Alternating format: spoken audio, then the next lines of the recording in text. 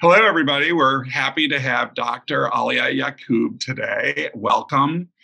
Doctor is from Thrive Global, and we're so excited to have you here today. Can you tell us a little bit about, first tell us about where your training's from, where you're from, how you got interested in this, and then the leap to Thrive Global. Of course. Yeah. Thank you so much for having me, Bill. I'm really honored and excited to be here. I'll tell you a little bit about myself.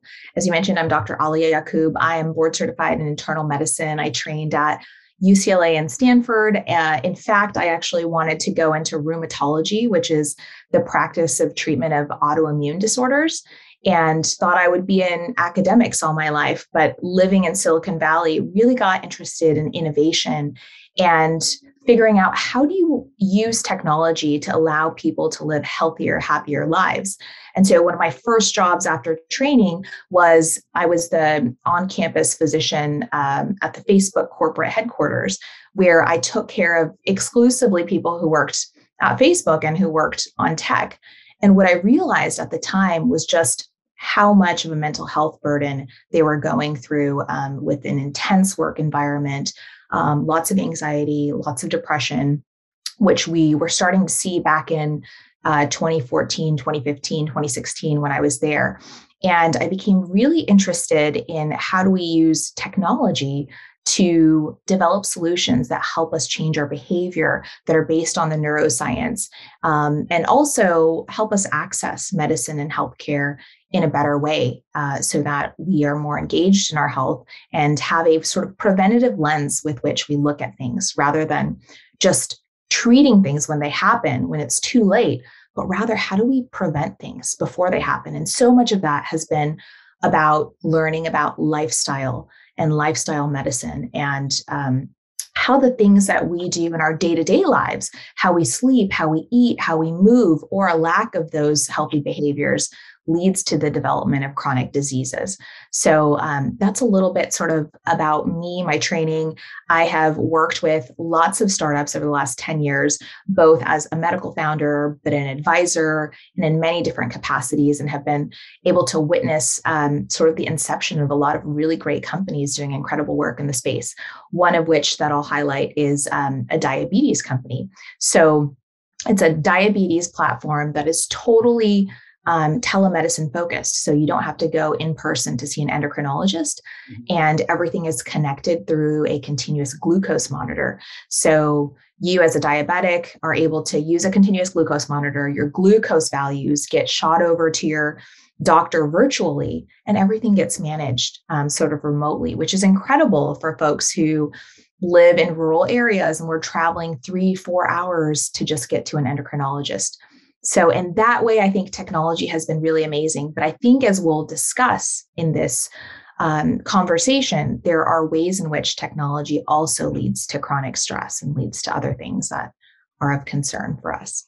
Yeah, oh, absolutely. And just to restate for our audience, that members that are not healthcare providers, when we work to lower risk for cancer, we in turn address so many things like diabetes, like mental stress. And especially, and I love the fact that, you as a physician understand some of these things, but also you understand what's relevant today. I don't understand how people can take in so much information in one day. If you have an interest, for instance, in the environment, you're bombarded by environmental stories all day long. I mean, how do people stay out of panic mode with that sort of information overload? I myself have to be very, very careful, because we get tens of thousands of communications a year, and I have to tread lightly. Can you share some insight on that? Yeah, absolutely. And that's something actually that we talk a lot about at Thrive. And while we're talking about this, maybe I'll just tell you a little bit about Thrive. So Thrive Global is a really wonderful company started by Ariana Huffington. It was started back in 2016. It's a behavior change platform, and we have technology products and wellness solutions that we offer to companies to help them unlock human potential of their workforces, but also to end the burnout epidemic, which on top of the pandemic that we're experiencing has been a lot for folks. And one thing that you're talking about is sort of that information overload that we all experience, given that we have devices that we're carrying around all day. We get notifications, we get news, we're getting all these emails, we're watching the news. It's so much stimulation for the human brain. And what we recommend in terms of like your personal wellness is to actually set some boundaries. So we recommend that you turn off your notifications so that you can focus on your tasks and not get disrupted by some news that, shows up on your phone, or a notification that's disruptive to you. Also, another tip would be to schedule sort of a boundary in the evenings where, you stop watching the news, you have a news cutoff. Because what we find is that stimulation from these informational triggers, especially in the evening, can disrupt people's sleep. People aren't sleeping well because they're triggered by all of these pieces of news and facts and things that are coming in randomly. And we don't have control over sort of our headspace because of all of these notifications and stories and things that kind of crop up into our consciousness. So two small pieces of advice: turn off notifications and try to focus on, what you're working on in a non-distracted manner. And then set a cutoff time at which you're not reading the news anymore. You're not watching the news anymore. You're not mindlessly consuming social media, where that can also happen. You might be scrolling and all of a sudden you see something really terrible happened, or some piece of news that really triggers you and puts you in a bad headspace. That is always disruptive, I think, to sleep and to our day. So just being really mindful about what you let into your consciousness is really important. And I do want to, thank you for that. I do want to add that Ariana is really the first person I'd ever heard talk about sleep in the way that she did. And it was so important about the restoration of my, headspace, the care that's not of yourself, that isn't always evident, that you can see a cut on your finger, you can put a Band-Aid on it. This is something that isn't always evident. Even when we look in the mirror, we don't see that stress physically. But the internal burn is there, and we see it. And it was actually Ariana that made me very mindful of that and its role, as we've seen from scientists and healthcare providers in managing health and working to lower health risk. So I'm super grateful for that platform. I'm also have been lucky enough to be able to blog on that platform, and I appreciate that opportunity and connecting some of these issues to managing our own health and lowering risk for things like diabetes, which I love the concept of that company. But we have an opportunity to lower risk in lots of places, and Absolutely. It isn't always easy. It isn't always easy to do, especially for people that have a harder time getting access to many things, including this broadcast, which we're always trying to figure out ways that people can access the help of people like yourself. I just wanted to ask you something that you touched on that I thought was super interesting, back to some of the devices and technology that we're using. We know how to cut down. We have some information actually on how to cut down on the overload. But is there technology out there today that can help us become more present and free us up, rather than just not use? Are there practices or devices or technology out there that will help us? Can you share a little bit on that? Yeah, that's a really great question. Based on the latest neuroscience and what we know about the brain and how the brain doesn't do well with uncertainty, and just how anxiety can build up, and also how our nervous system works. When we're activated, when we're stressed, our sympathetic nervous system is firing. That's when we're sort of in a fight or flight response. And we want to be in sort of the parasympathetic nervous system activation state. So to move from the sympathetic nervous system, where we're totally stressed out and overwhelmed, to parasympathetic nervous system, one of the greatest tools we have is something very simple. And this is really, I think, an incredible thing for people to practice is breathing, deep breathing. And in particular, there is a type of breathing practice called box breathing, which was developed for Navy SEALs, because what we found is that Navy SEALs were going out on these incredibly stressful missions.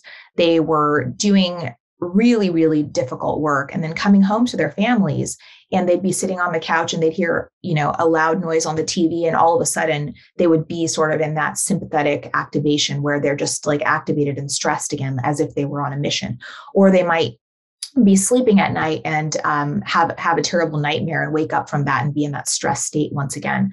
And psychiatrists and psychologists tried all of these different sort of measures on them. And what they found that worked was something called box breathing. And what that is, basically, for those who aren't familiar with that, is you inhale for 4 seconds, you hold your breath for 4 seconds, and then you exhale over the course of 4 seconds, and you can count. And it's really simple to do. And you do this for a couple of cycles. And after about 2 to 3 cycles or 1 minute of doing this, you'll find that you move from that sympathetic activation to that parasympathetic nervous system where you're calm, you're relaxed. And what that does overall is it breaks that cycle of really like tight stress happening, where if you don't break that cycle, it becomes chronic stress. And as you know, chronic stress leads to inflammation. It leads to the production of cortisol and overeating and making bad food choices and lots of unhealthy behavior that leads us down that track towards things like cancer and diabetes and hypertension and obesity and all of the things that we're trying to sort of avoid. So getting back to your question, the strongest, best tools that we have are the simplest. They're really like our breathing. They are our ability to go out into nature, go for a walk. It's almost like disconnecting from the technology is our greatest strength and the way that we can sort of counteract all of the stress that we're feeling.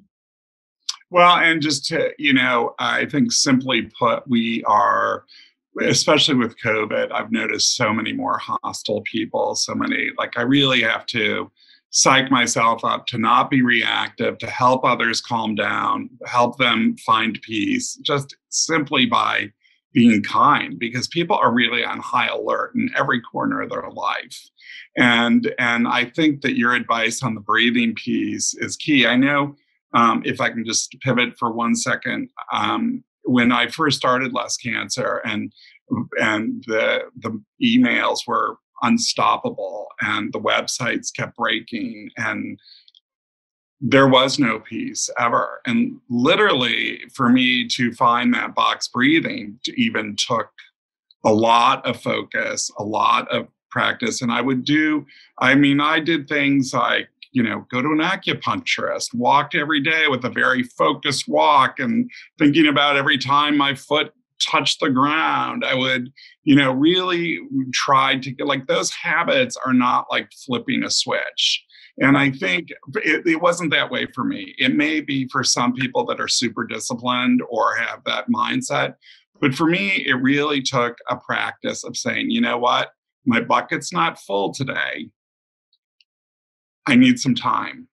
And it might be a walk or it might be breathing, or, sometimes I'll, be able to go see something or do something that brings my mind totally off of my work. But I think scheduling those breaks, I schedule bike rides now. So today I had a meeting I had to cut out earlier because it was going to cut into my bike ride, which was going to cut into this conversation. So I really do set the alarm on my phone for things like bike ride, breathing. And maybe are there other tips that way that you might advise that people could do to help give them structure around some of the stress and worry rather than just say, oh, breathe? Are there some other things that we might be able to do? Absolutely. There are so many of them. And in fact, at Thrive, we have something called micro steps, which are small habit changes that are too small to fail. So just making little tweaks in your daily life that improve your wellness and improve your stress level and improve your ability to cope and be resilient, but that don't take so much out of you that they're impossible to carry on and follow through with day after day. So some examples of these micro steps are Of course, incorporating box breathing. If you can't do that, if that's too much, then do deep breathing and schedule it on your calendar. Schedule the walks. Like, I love your idea of, scheduling this stuff, putting an alarm, reminding yourself. So much of our behavior is just based on how we're feeling in that moment, what we're used to doing. And if we need to remind ourselves to do it differently and keep doing it differently every day, that's okay. Put it on your calendar, put an alarm on your phone, write a note, do whatever it takes to remind yourself. Have an accountability partner, whether that's a family member, a loved one, or a friend that you go on a walk with, or a bike ride, or whatever it may be, to remind yourself to move your body. Some other little tips and micro steps that people can sort of engage in to decrease their stress and improve their wellness are, with Omicron anxiety, people are facing uncertainty in many different ways, and many people are stressed. And one thing that was very helpful is a scientifically validated sort of practice called affirmations. So affirmations are statements that start with I am or I can. And you can say, I can do hard things. I am capable of doing this task, or I am worthy of X, Y, and Z thing. And just saying it out loud to yourself really changes something in your mind and in your brain that allows you to sort of overcome whatever challenge you're feeling in that moment and facing. So affirmations are really powerful. Something as simple as drinking a full glass of water when you wake up before you consume anything else is really an incredible practice to help you stay hydrated. We know from the neuroscience that they've done imaging on people's brains. And when you're dehydrated, your brain kind of looks shrunken as well. And people who are adequately hydrated, their brains look hydrated. So just imagine what type of impact that has. And then lastly, like another really quick tip that we focus on a lot is gratitude. Having a simple gratitude practice. Just saying. I have an alarm for that. Wonderful. I set one for that at noon. And not to interrupt you, but that's one of the things that because I believe that's as equally or more so or as important as exercise. It really is a very low lift way to have a huge impact. At UCLA, they studied children's brains and adult brains. And they found that when kids had a gratitude practice and they spoke out loud about something that they were grateful for, or they wrote it down, if they had a gratitude practice for 3 days, we saw an increase in the thickness of their gray matter in their brain on functional MRI. So in a matter of 3 days, just that small, simple gratitude practice actually had an impact on the imaging of the brain. In adults, it's super important as well. And there are lots of studies that demonstrate that as well. So it's these little small changes that we can make, these micro steps that we can sort of add to our daily lives that really have a huge impact on how we're feeling, how we interface with the world. And really it combats some of the cognitive and brain fog that I think people are collectively feeling right now during the pandemic. Sitting in front of screens all day. I mean, you know this, I know this. Sitting in front of a screen all day, I think by 3 p.m., I'm fried. I need to get outside. I need to stretch my body. I need to move. I need to decompress. And so scheduling breaks, moving your body during the day, and just getting away from the rut of that computer and focusing on that screen. The Zoom situation is for me, because I communicate with my whole body, being, soul. It's like talking through a keyhole. Now I've gotten used to it, but it's a little bit different. I wanted to mention this. I would love to know your idea on this.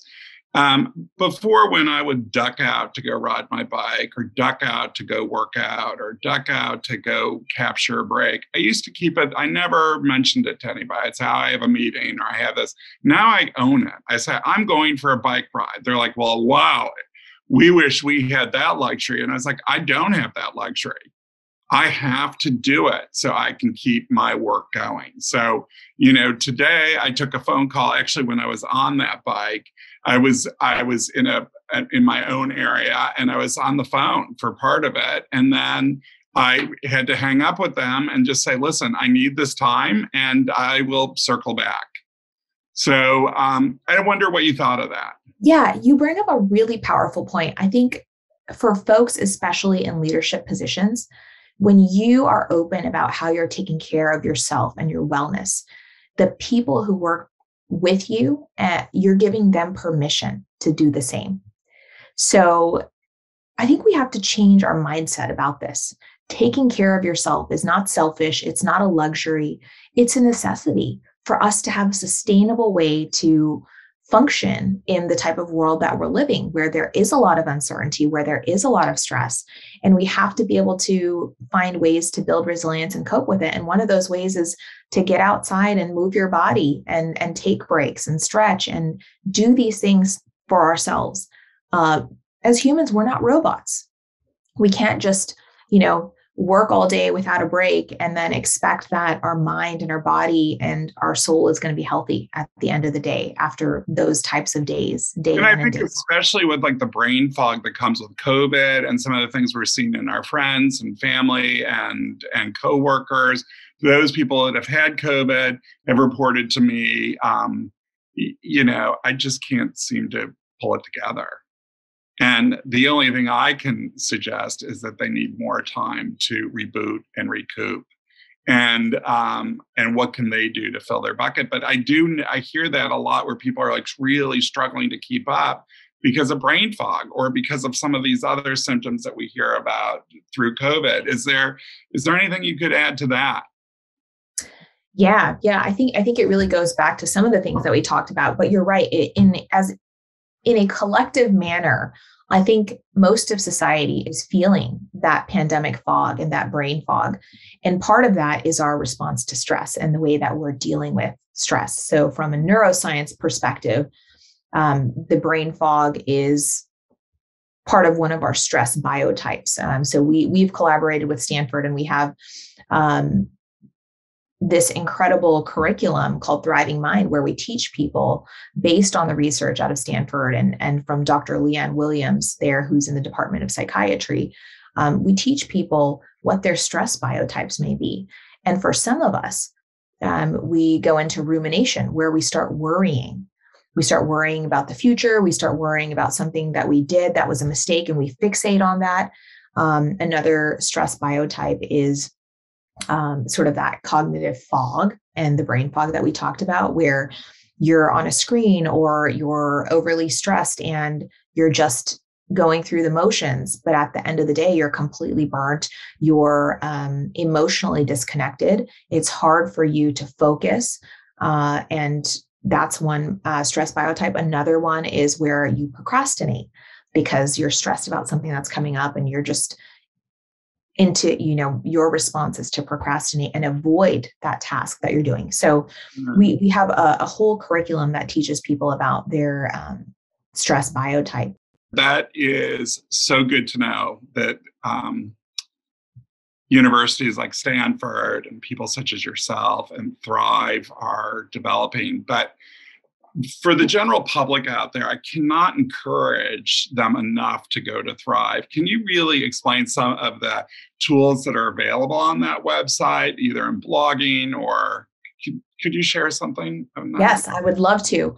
So we do have a really wonderful blog where we post really incredible content that's based in the neuroscience, that's based on the latest trends, what we're seeing in industry and in the community. So please, check it out. Check out our content on there. We do post a lot of tips, a lot of incredible content on our social media. Ariana posts a lot on her personal social media, on her LinkedIn, on Instagram as well. Her books are, by the way, are very helpful. Not to jump in here, but her books have been very helpful to me. Yeah. And we actually have The Intention of Sleep. She also wrote a book most recently called Thrive. And it talks about sort of the premise of the company and some of the behavior change science and platforms. So that's a really incredible book that people can pick up as well. That's widely available. It's called Thrive. But lots of resources available online. Absolutely. And then also, too, the role of some of these things in chronic disease. Can we just review that a little bit? Like, we're talking about stress and bandwidth and staying fresh and not being burned out. Can you tell us the role of those things, of stress in chronic disease, how that increases risk for things like diabetes and, yes, even cancer? Can you share a little? Absolutely. So what we know is that stress is an inherent part of our lives as humans. Like, there's no way we can get rid of stress. What we want to do and focus on is not letting our stress that's acute in the moment in the day become cumulative and chronic and happen over the course of time and not get corrected. We want to break that cycle. So stress is inevitable. Chronic stress is what we want to sort of attack and break down. And we don't want our stress to get to that level. And so once it gets to the level of chronic stress, what we find is inflammation throughout the body, and it impacts every single organ system.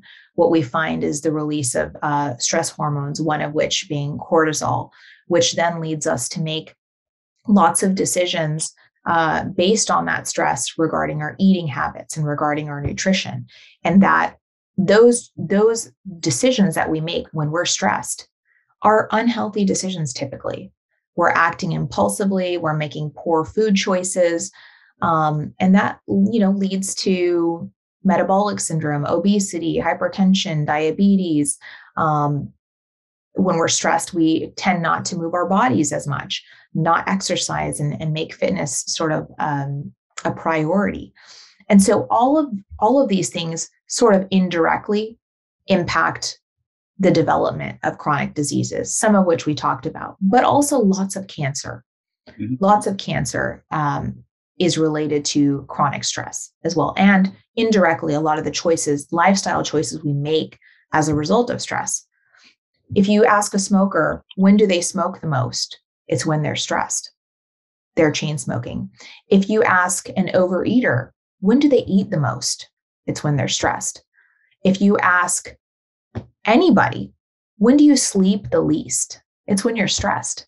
So all of these things have a downstream effect on our health that is just tremendous.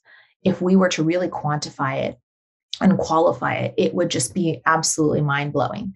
And so stepping back and saying, okay, when I'm feeling stressed, I'm going to break that cycle. Here are the strategies that I'm going to use. I'm going to do box breathing. I'm going to go for a walk.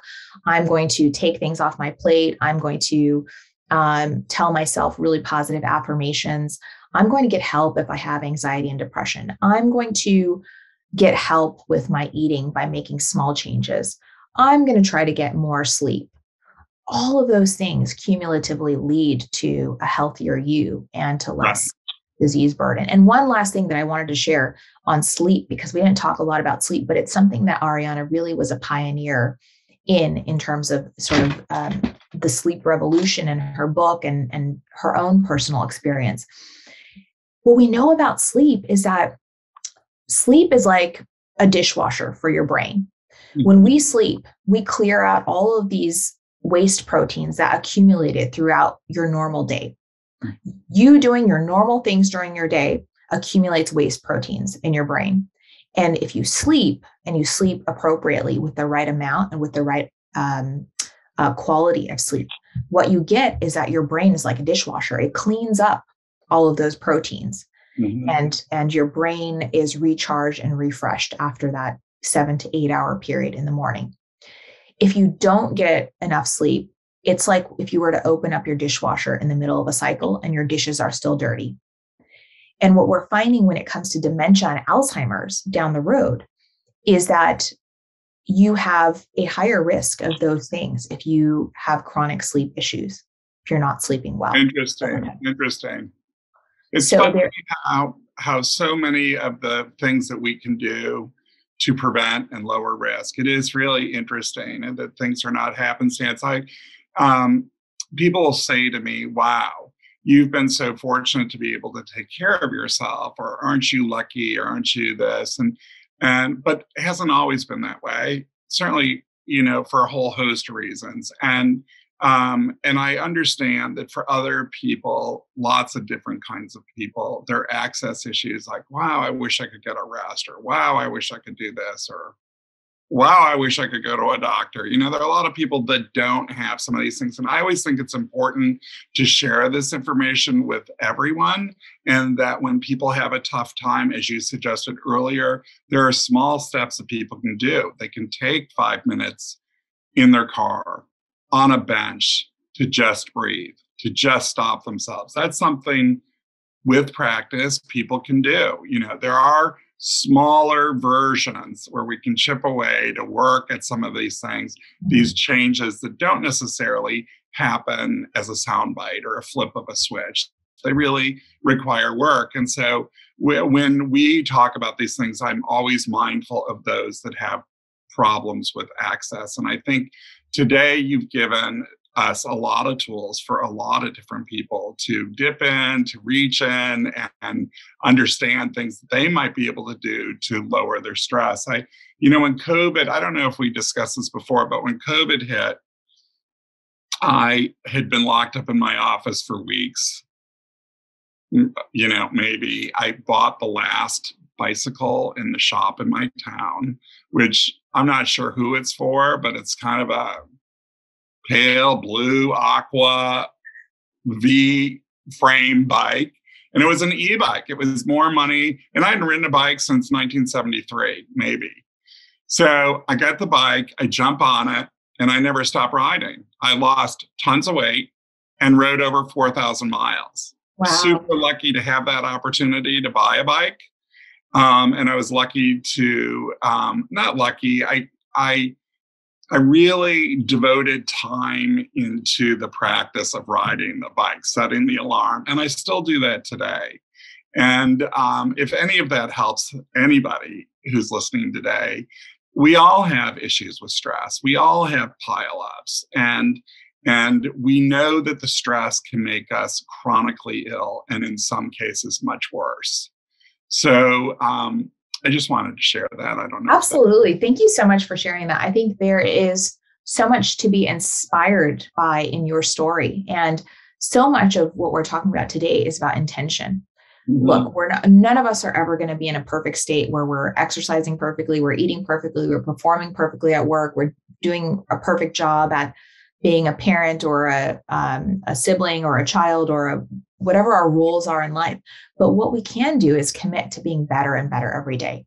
And that's something that's very tangible. That's something you can wrap your head around. So if you just commit to, I'm going to be better tomorrow than I am today. And the day after, I'm going to be a little bit better. In a week and 2 weeks and a month, you're going to be a different person. You're going to be completely on the road anyway.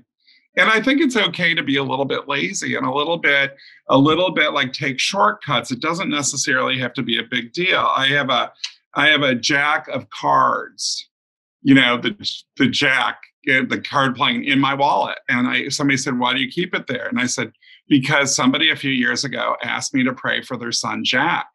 I'm not very religious, but I keep that jack of hearts actually in my wallet, because when I come across it, I think about that young man, and I think about how he's doing. So I do have little reminders in my life for things that are helpful to me and helpful to others. So in that case, it's the jack of hearts in my wallet. But I think there are other things we can do, like setting the phone or thinking about, one of the small changes that I made, and I think could be helpful for others, is how we start our day. Think in your head how you want to start your day. Do you want to start it for like running for the train, or do you want to start it calm and happy? You want something healthy that's going to make you feel better when you eat in the morning. You're not just grabbing a cup of coffee and a piece of burnt toast and flooring it to your next meeting. So I think some of those like little minor reminders to yourself, like, how am I going to spend my morning? And not just reacting to fire drills. And I think so much of our habits are about the fire drills in our lives. Absolutely. Absolutely. Right? I think living your life with intention is a great starting point. Mm-hmm. to infuse intention into the things that you do. Right. Well, you are so helpful to so many people, and I'm very grateful personally to you and all the work you do for others. I'm grateful for Thrive and Ariana and some of the tools and some of the things that, like sleep, that she's brought out into public spaces. And now sleep is part of our conversation. It's part of our landscape because of her. And we know that when things become part of our landscape, they take on a normalcy. And that's when we see change. When I first wanted to do something on cancer prevention 20 years ago, nobody put those two words together. They weren't in the same book, much less the same paragraph, certainly not side by side. It just wasn't happening. And now people look for ways to lower their risk. And we are so grateful to people such as yourself. And I appreciate all the time you gave to us today. Thank you so much. And thank you for all the incredible work that you do with Less Cancer and on National Cancer Prevention Day. And this is so incredibly important, I think, to people, just empowering them with education and knowledge, because knowledge is power. Once they have the knowledge, they can choose what to do with it. They want to act on it. They can change their lives. It can be transformative. So thank you so much. Really appreciate this conversation, Bill. Thank you so much for your good work. And thanks for all you do.